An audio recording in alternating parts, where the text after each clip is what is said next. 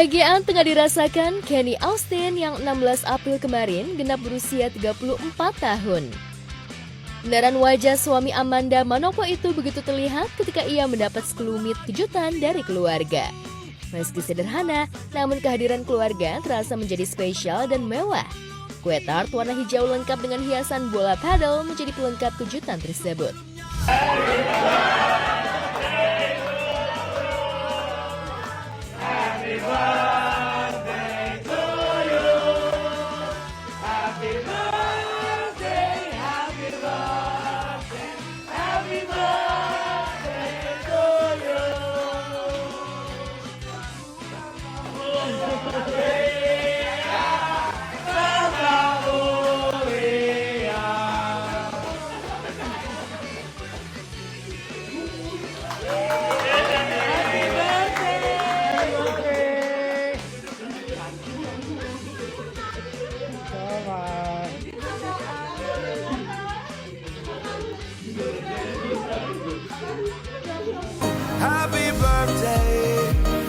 Kenny seperti tak menyangka jika dirinya mendapat kejutan dari orang-orang terdekatnya.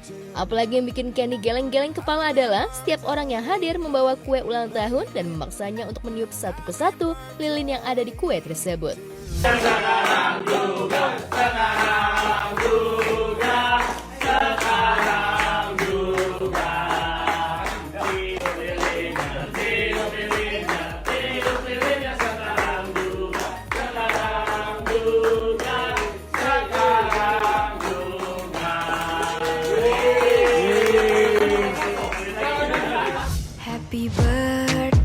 Tentu saja, kado yang paling ditunggu dan sangat spesial di hari ulang tahunnya adalah kehadiran sang buah hati. Statusnya bakal berubah menjadi papa.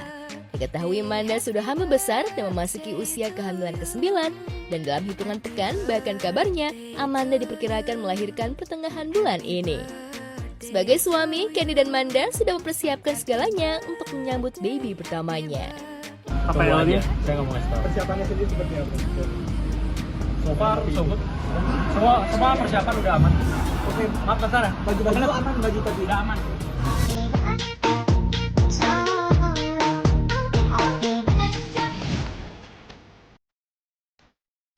Nia Ramadhani juga mendapat kejutan ulang tahun pada 16 April kemarin dari suami dan juga orang terdekatnya.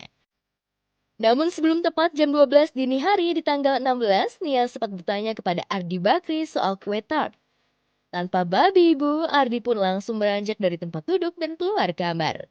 Dan ternyata, Ardi sudah memiliki rencana untuk memberikan Nia kejutan bersama orang-orang terdekatnya di rumah. Dan kejutan sederhana namun kocak akhirnya terlaksana. Nia yang memang berharap mendapatkan kejutan, bak anak kecil kegirangan ketika sang suami membawa kue tart putih lengkap dengan hiasan bunga merah. Udah mau jam 12 nih. Masa nyari kue? Hah?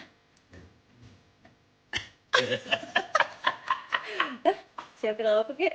Cie, mau kemana Cie? Gak usah digituin ya. Malu. Aku gimana mau sosok tidur? Aku pura-pura tidur aja apa gimana? Aduh. Udah aku nih.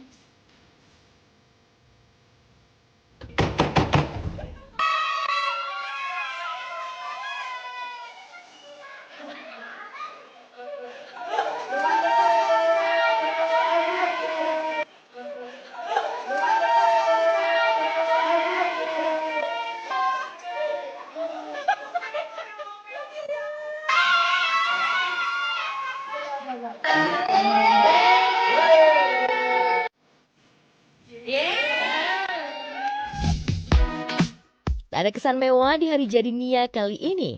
Meski demikian, namun Nia begitu bahagia, apalagi Ardi menuliskan rangkaian kata puitis hingga membuat Nia berkaca-kaca. Ini bukan hanya tentang bertambahnya usia kamu, tapi tentang betapa bersyukurnya aku karena Tuhan menghadirkan kamu dalam hidupku. Kamu juga adalah alasan aku ingin menjadi pria yang lebih baik setiap harinya dan menjadi ayah yang lebih baik. Mungkin aku tidak selalu sempurna dalam mengungkapkan, tapi percaya deh, I love you lebih dari yang bisa kata-kata jelasin.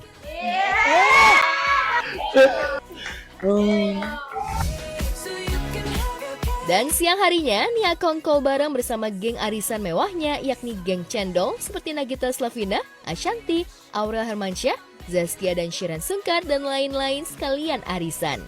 Dan ternyata di momen itu bukan hanya Nia yang berulang tahun, tapi ada dua sahabat lainnya, Tia Aristia dan Wulan Guritno. Alhasil mereka pun ikut merayakan ulta dan tiup lilin bersama.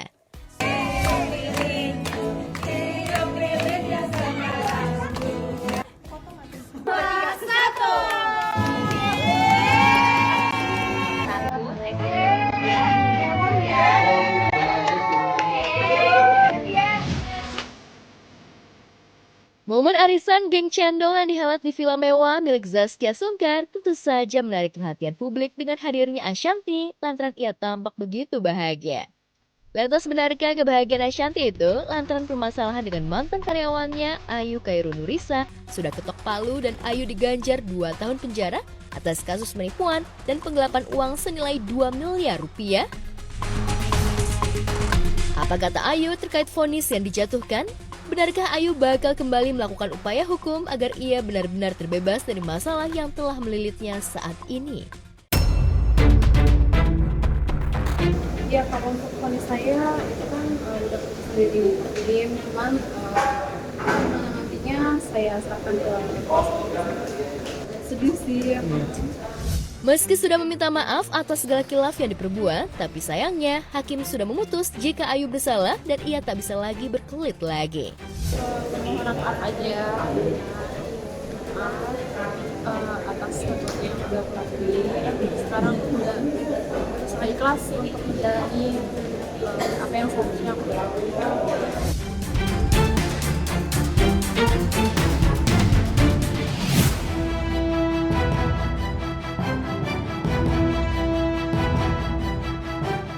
Fairuz Arafiq benar-benar geram dengan berita hoax yang akhir-akhir ini beredar di media sosial.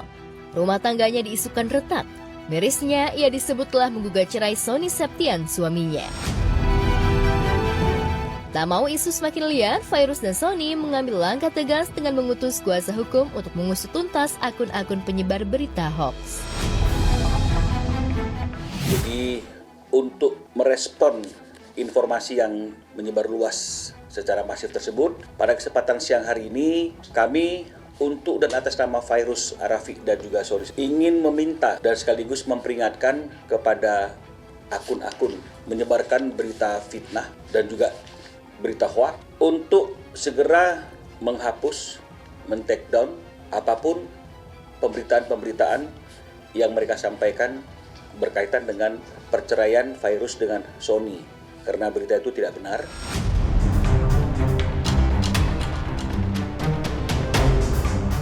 Ya, kali ini Fairuz tak main-main. Keduanya siap menempuh jalur hukum jika akun tersebut tak men-take down berita hoax mengenai rumah tangga mereka dalam waktu 3 kali 24 jam. Tak hanya itu, Fairuz juga menuntut permintaan maaf secara terbuka dari mereka. Pada hari ini kami memperingatkan agar tidak terjadi upaya hukum yang dilakukan oleh klien kami yang tentunya akan menimbulkan masalah dan akibat yang lebih berat lagi. Maka kami meminta 3 kali 24 jam untuk segera men-take down berita yang bermuatan pencemaran nama baik dan juga berita yang bohong. Lantas, bagaimana kondisi Fairuz usai jadi korban berita hoax hingga diisukan cerai? Benarkah ia sempat stres? Ya sekarang lihat aja di media sosial saya gimana. Kalau saya nggak pakai tipu-tipu lah, gitu aja intinya. Nggak apa-apa jadi pengubur dosa.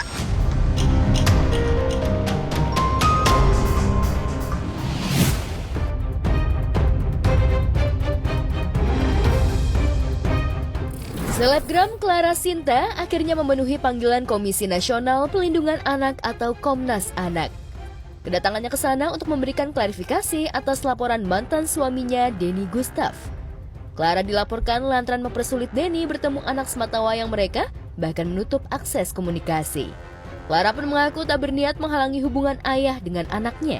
Ia justru ingin sang anak mendapat kasih sayang dari ayah kandungnya. Jadi saya itu ke Komnas HAM ini ingin kan membicarakan hak-hak anak dan untuk tujuannya kebahagiaan anak. Saya itu ingin anak saya ini tumbuh menjadi anak yang memiliki role model seorang bapak, itu perannya apa. Karena jujur aja sekarang itu miris banget loh Mbak, melihat banyak banget laki-laki yang nggak laki-laki, yang nggak punya mental provider, yang bukan laki-laki yang seutuhnya. Maksudnya jadi mentalnya lembek, kadang-kadang betul laki-laki, tapi mentalnya tuh nggak provider.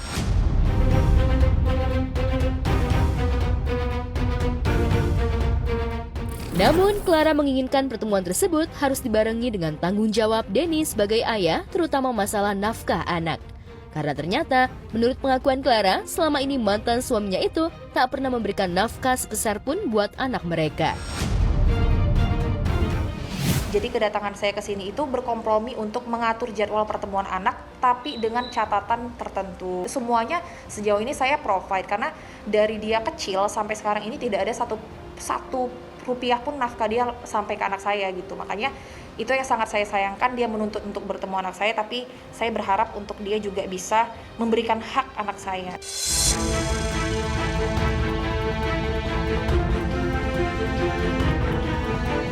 Clara juga meminta Denny untuk sama-sama menjadi orang tua yang baik buat anak sematawayang mereka.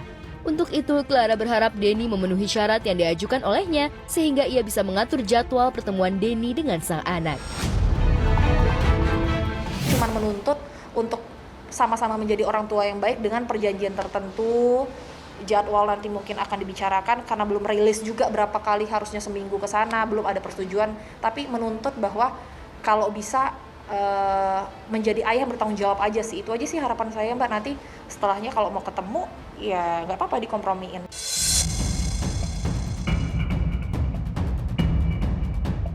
Sementara itu, Denny Gustav justru menyebut mantan istrinya playing victim lantaran menudingnya tak menafkahi anaknya. Padahal harta gonogini yang saat ini dikuasai Clara lebih dari cukup. Jadi kalau saya lihat dia mau tetap berdalih kepada yang saya nggak menafkahi lah, seperti yang dia bilangin di yang suami yang baru juga begitu kan. Tapi akhirnya mengaku juga. Jadi kan harta gonogini itu kan yang saya bilang kemarin itu udah bermiliar-miliar di dia, itu cukup. Saya udah bilang dari perjanjian kita untuk sekolahin anak, untuk ngasih makan, untuk hidup nanti ke depan gitu loh, sampai nikah cukup. Jadi dia lagi bermain pada surat perceraian itu yang kemarin kan. Tapi intinya kan sebenarnya dia harus memberikan akses gitu loh, supaya saya bisa ketemu anak saya. Nah ini kan terjadi bukan baru-baru aja. Ini terjadi karena saya gugat dia harta gonogini. Masa mesti saya kasih lihat chat dia yang bilang, oh kalau kamu laporin saya nggak akan kasih ketemu anak sampai ke depannya nggak boleh ketemu anak. Jangan jawab itu ya, saya kadang-kadang tuh kalau jawab itu tuh kayak nanti nambah-nambah pressure.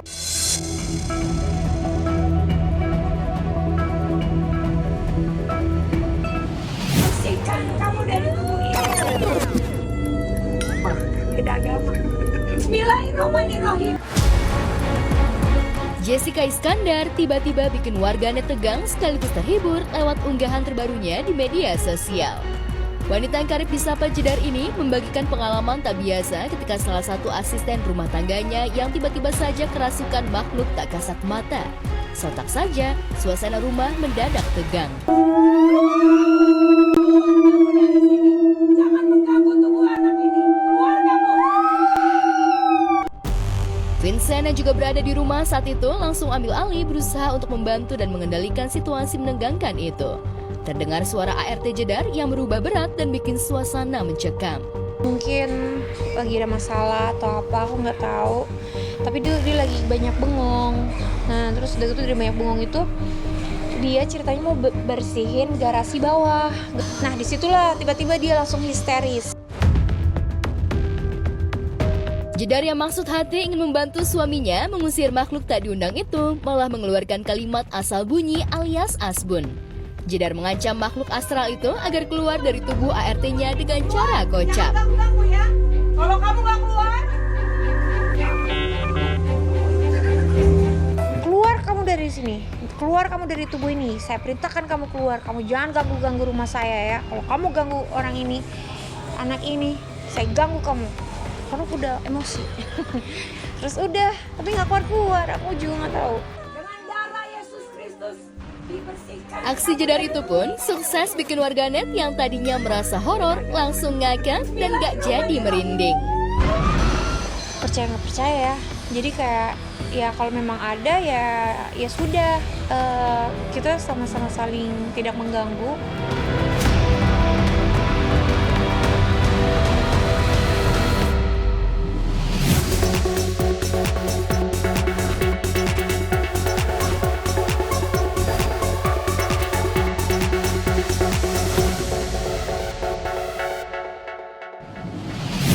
Niatnya mau bantu ngusir makhluk halus, tapi gaya jedar malah kayak lagi ngusir tetangga berisik ya pemirsa.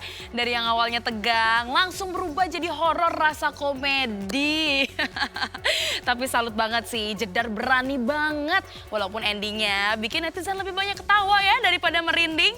Sementara itu, tadi juga ada Clara Sinta yang akhirnya datang ke Komnas Anak dan ungkap fakta soal mantan suami yang diduga selama ini abai nafkah anak.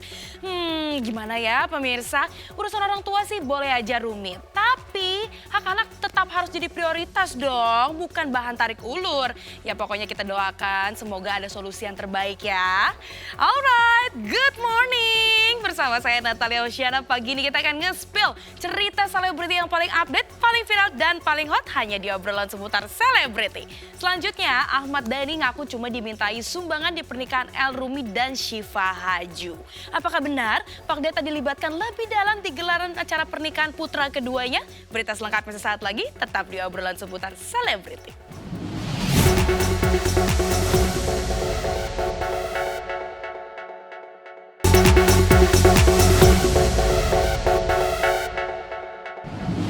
Siapapun nih Pak Deh, keluarga gitu dalam hal pernikahannya. Juga, tetap minta sumbangan juga ke saya. Jelang hari bahagia calon pengantin El Rumi dan Syifa Haju yang tinggal menghitung hari, Ahmad Dhani, ayah dari El Rumi, justru bikin statement mengejutkan. Saat ditemui awak media, suami Mulan Jamila itu mengungkap bahwa dirinya tidak tahu perihal persiapan pernikahan putra keduanya, El Rumi bersama Syifa. Benarkah Dhani tidak dilibatkan khusus untuk gelaran dan rangkaian prosesi pernikahan El dan Syifa, termasuk soal persiapan acara siraman? Persiapan pernikahannya El seperti apa sih Pak Deh? Sifatnya kirim undangan. Siraman ini saya nggak tahu, saya itu nggak dikasih tahu sama El di mana rahasia. Saya juga nggak tahu. Semua serba rahasia. Di sisi lain, kepastian tanggal bahagia pernikahan El dan Syifa mulai terkuak setelah Dhani membongkar bahwa pernikahan El akan berlangsung akhir April ini. Amin berapa sih Pak Deh? Menjelang Akhir April. akhir April. Tidak boleh Mei. Saat beredar jika El dan Syifa memilih untuk mengurus semua pernikahannya sendiri, termasuk urusan biaya, lantaran tak ingin merepotkan keluarga besarnya. Namun Dhani berseloroh bahwa dirinya berperan sebagai penyumbang dana alias diminta sumbangan. Dalam hal pernikahannya. Juga, tetap minta sumbangan juga ke saya. Tapi nanti seperti apa nih Pak? Apalagi kemarin kan ada adat apa aja? Nggak tahu saya cuma dimintain sumbangan aja. Meski tak dilibatkan lebih dalam, namun Dhani tahu rencana pernikahan putra keduanya akan digelar di dua lokasi. Momen sakral akad dan resepsi pernikahan rencananya akan digelar di sebuah hotel mewah di daerah Kuningan, Jakarta Selatan, dan akan disusul dalam rangkaian acara spesial yang digelar di Pulau Dewata, Bali. Di hotel. Di daerah mana Pak Deh? Di daerah mana? Di Jakarta aja Pak, ada dua kota mungkin. Ada di Bali juga. Namun lantaran Dhani tak dilibatkan di pernikahan putra keduanya, Dhani mengklaim konsep pernikahan El dan Syifa mungkin tak masuk jajaran royal wedding celebrity. Benarkah lantaran bukan Dhani yang pegang kendali utama sebagai pengatur konsep? Aku bisa. Apa sih Pak Deh kalau Pak Deh? Kakak El. Ya requestnya sumbangan aja. Makasih Pak Deh. Makasih Pak Deh.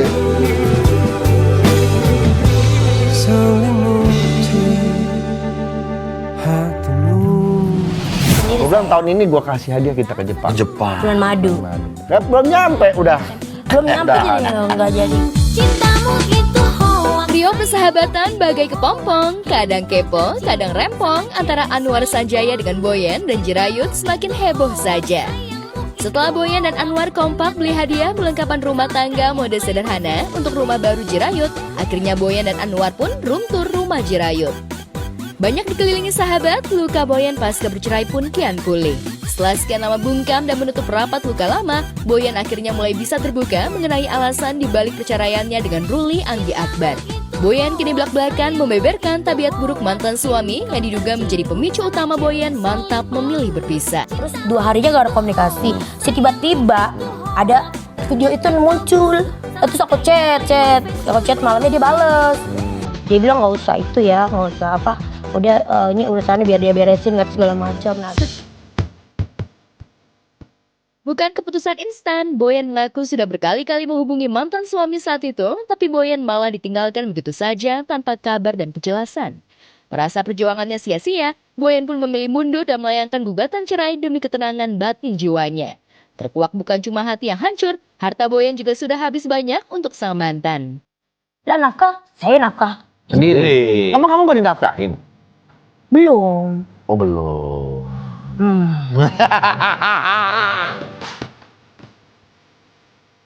Beruntung Boyen tak sendiri karena dirinya punya abang-abangan yang selalu siap mendukung dan menguatkan.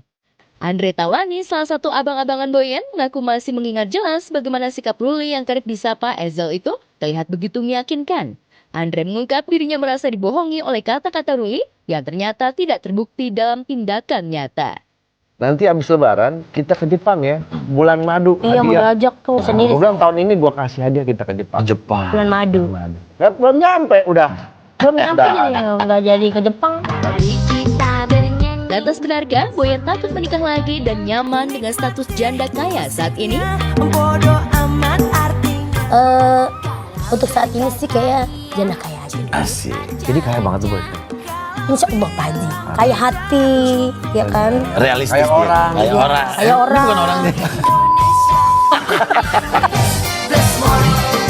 Mari tirukan suara trompet.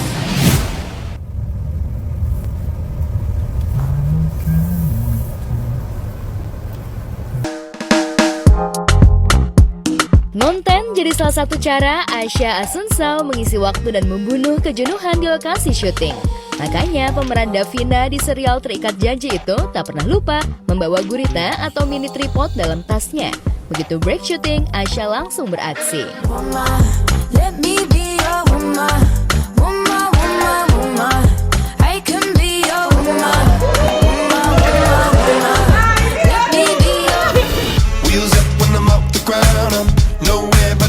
Hampir semua pemain pernah jadi korban keisengan Asya saat membuat konten. Namun Asya menyebut Arya Salokala yang sering jadi korbannya. Arya pun tak bisa menolak permintaan Asya lantaran selain kocak, konten bareng Asya bisa memperkuat chemistry di antara mereka. Lihat saja serunya mereka bermain game challenge. Usil siapa? Ini dong. Udah jelas itulah. Udah jelas. Saya tulis ukuran gede nih. Jelas. Udah jelas siapa lagi.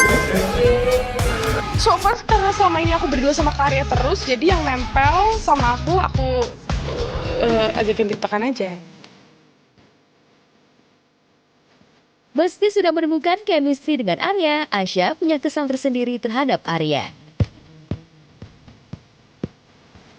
Ngobrol, ngalir, terus bercanda. Dia itu usil banget. Dan aku kan heboh, jadi kayak udahlah car gitu. Laki-laki yang lewat lagi. Masuk jebakan kamu. Ya.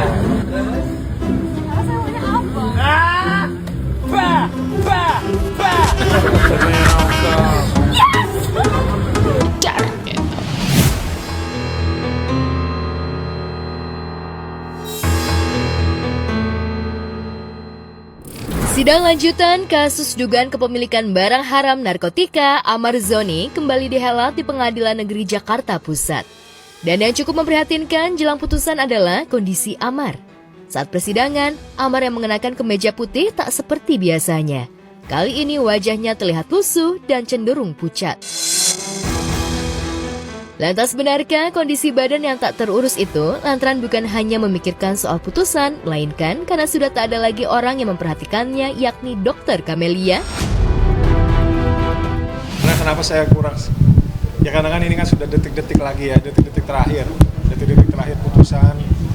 Jadi banyak kurang tidur juga, terus juga banyak berdoa lah, gitu loh. Sampai di akhir ini, makanya saya minta pada semuanya, minta doanya semoga hasilnya terbaik. Sekali lagi teman-teman semuanya yang kalau masalah hubungan antara Bang Amar dan dokter, di sini aku no comment karena aku tidak fokus ke hubungannya. Aku juga tidak tahu menau bagaimana sebetulnya gitu kan. Itu urusan mereka berdua. Di sini aku hanya fokus untuk Bang Amar aja. Fokus untuk kasusnya Bang Amar saat ini sampai ke putusan nanti. Amar berdalih jika kondisinya saat ini tak terlepas dari harap-harap cemasnya soal putusan majelis ihwal perkara yang kini melilitnya dan bukan faktor Camelia yang belakangan tak pernah hadir di persidangan. Meski tak pernah hadir lagi, namun Amar hakul yakin jika Camelia tetap mendoakan yang terbaik untuknya dari kejauhan. Terlepas soal Camelia, Amar juga menaruh harap agar ia tak lagi dijebloskan ke Nusa Kambangan. Karena ada dua hal sih sebenarnya.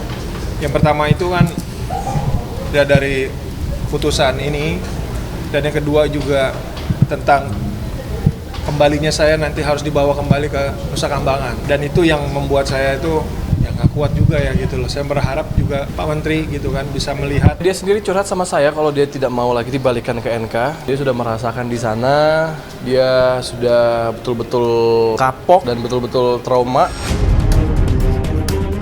Saya tahu pasti dokter juga berdoa yang terbaik. Jadi saya berharap juga mohon naruh hubungan saya juga baik-baik saja.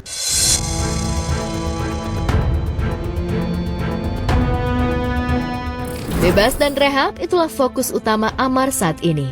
Bahkan tim kuasa hukum dan juga keluarga berharap dan meyakini dari beberapa fakta di persidangan jika Amar bakal mendapatkan hasil yang bagus pula. Seoptimis apa saya baca berdoa aja sih. Serahkan semuanya sama kuasa hukum, serahkan semuanya sama majelis hakim, serahkan semua sama Allah semuanya. Apapun itu ya pasti yang terbaik.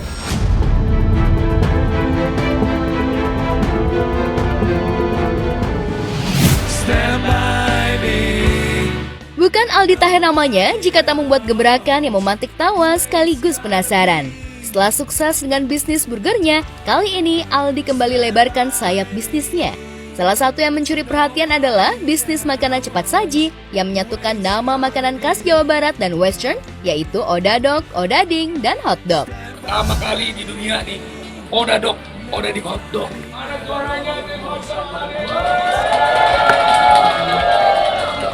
Dan memang alhamdulillah kita masukin Odading itu makin enak. Ya pokoknya Mang Ole harus cobain ya. Odading Mang Ole. I love you Mang Ole. Bukan Aldi Taher jika promosinya biasa saja. Dalam unggahan videonya, ia kembali mengeluarkan jurus jualan nama artis papan atas hingga lembaga antariksa. Setelah bisnis miliknya viral, kini Aldi diperebutkan untuk menjadi bintang tamu dalam berbagai acara. Namun benarkah kini Aldi memasang tarif 35 juta rupiah per jam untuk sekali tampil jadi bintang tamu atau acara podcast? Per jam sekian, alhamdulillah. Gitu. Ya kalau misalnya dilebihin ya alhamdulillah. Gitu ya. Dikurangin ya. Jangan dong gitu. Sebenarnya hasil negosiasi. Alhamdulillah kliennya juga setuju ya kan. Bang Aldi berapa red cardnya? Sekian ya. Oke nggak apa-apa. Gak ditawar loh. Alhamdulillah. Kalau soal pasang tarif mau berapapun sah-sah aja sih ya pemirsa. Apalagi Aldi juga lagi viral namanya. Belum kalau yang ngundang sanggup bayar ya nggak masalah. Tapi di luar itu Aldi Taher kayaknya memang nggak ada lawan ya. Soal ide sama promo bisnis nyeleneh tapi laris loh. Dari burger lanjut ke Odadog. Perpaduan antara Odading dan Hotdog yang katanya pertama di dunia. Promosinya juga nggak tanggung-tanggung loh pemirsa. Bawa-bawa nama cinta, doa, sampai NASA segala dibawa-bawa. Ya namanya juga Aldi Taher ya. Tapi pokoknya kita doakan sukses dan terus menghibur ya. Oke pemirsa, kita akan kembali sesaat lagi, jadi jangan kemana-mana, tetap di obrolan seputar selebriti.